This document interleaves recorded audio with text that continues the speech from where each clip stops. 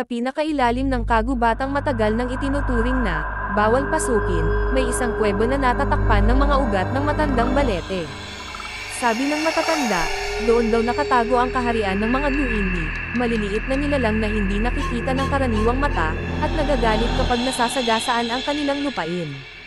Isang gabi ng kabilugan ng buwan, nagpasya si Lyra at ang tatlong kaibigan niyang sina Maiko, Jana, at Paul na magtungo sa gubat. Layunin nilang patunayan na kathang-isip lamang ang alamat. May dala silang kamera, flashlight, at matitinding loob. Habang papalalim ang kanilang paglalakad, napansin nilang tila nag-iiba ang paligid.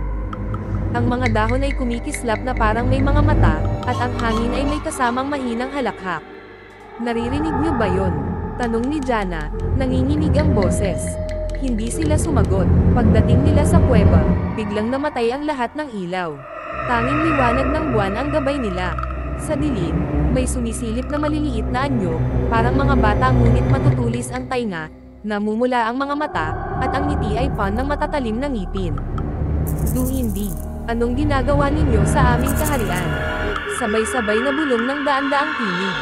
Naglakad ang isang mas matanda, mas matangkad na duindi palapit.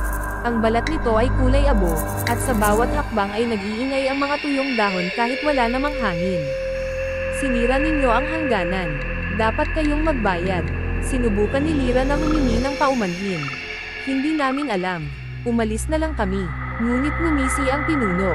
Hindi lahat nakakaalis. Isa-isang nawala sa tabi ni Lyra ang kanyang mga kaibigan.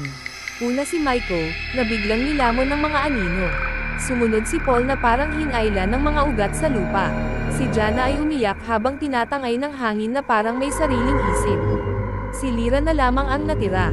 Pumikit siya at same time na nagdasal, hiling na makauwi. Sa isang iglap, dumilim ang lahat. Nagising siya kinabukasan sa mismong kuweba, mag-isa. Wala na ang mga kaibigan, wala ring bakas ng kagabi.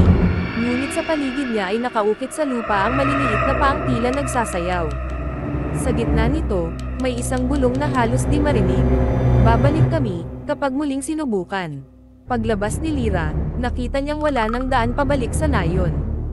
Ang gubat ay tila walang katapusan. At mula sa mga aninong sumusunod sa kanya, ramdam niya, hindi siya kailanman pinakawalan ng kaharian ng mga duindi.